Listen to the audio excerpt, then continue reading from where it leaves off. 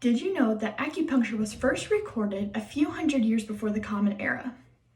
Acupuncture first originated in China and has been used for thousands of years in many different aspects. But the most common form is used in the medical field in order to de-stress and relax the patient in specific tight areas within one's body. Today, I'm going to talk about the origins of acupuncture, the different types of acupuncture, and the pros and cons if you were to choose to use acupuncture for yourself.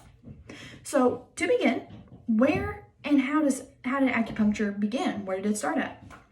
Dr. Anyana Mandel stated in her article, Acupuncture History, that it originated in China and it proceeded to have a downfall and then a rise in the medical field. So it originated in China, and the reason we know this is because we have found documents that have mentioned acupuncture in many different ways.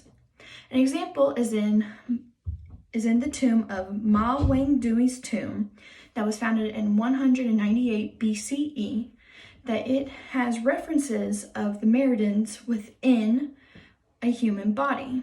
We have found these documents which has proven that acupuncture has been used for hundreds and hundreds of years.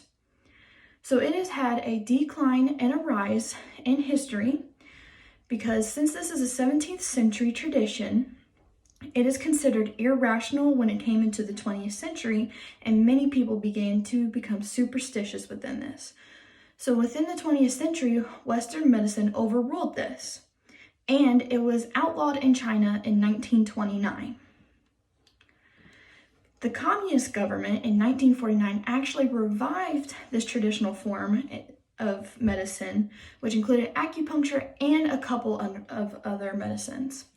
In 1950, acupuncture research institutes were actually opened back up in China, and it began to be used in hospitals again. Acupuncture began to spread to multiple different countries and actually came over to the US in 1971. Next, just like any other type of medicine, there's not just one specific way to do it, including surgeries, and acupuncture also falls into this line. Mayo Clinic explains that there are different types of methods of acupuncture other than the traditional Chinese acupuncture technique. So to begin, let's start with the Chinese acupuncture.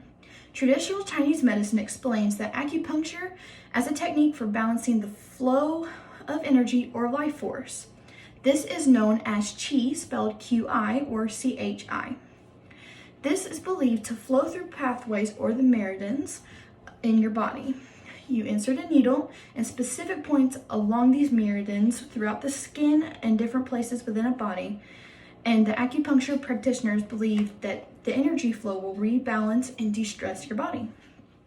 The National Center for Complementary and Integrative Health says that studies suggest that acupuncture stimulates the release of the body's natural painkillers and affects areas in the brain involved in processing pain, which is why you tend to be relaxed after an acupuncture procedure. Some other types of acupunctures are the Japanese and Korean version. The Japanese version actually uses fewer needles and it is inserted at a shallower depth. But the Korean version uses copper needles and a lot more needles are used throughout the procedure. Finally, let's discuss the pros and the cons in case you were thinking of trying an acupuncture session. An article titled Acupuncture by Young Women's Health explains that there are multiple positive and a couple negative effects that can result after any treatment. The positives are that if you were a woman, that your menstrual cycle could actually be slower and not as much of a heavy flow. But if you're not a woman, or even women too, there has been proven that chronic pain can be relieved during these procedures, including headaches or just any kinds of pain throughout the body. There has also been proven that there are little to no side effects and all the patients tend to be relieved after the treatment. Some of the negatives, though, are that you may feel really sleepy after the treatment as your body is releasing natural painkillers, but this could improve after taking multiple sessions in a row. The big negative effects are in case you have a bleeding disorder, a bleeding disorder could occur if you're on blood thinners. If you're pregnant, it could stimulate labor, and if you have a pacemaker, the needles could interfere with it. To conclude, acupuncture may not be a well-known treatment, but it is still proven to be effective in different ways.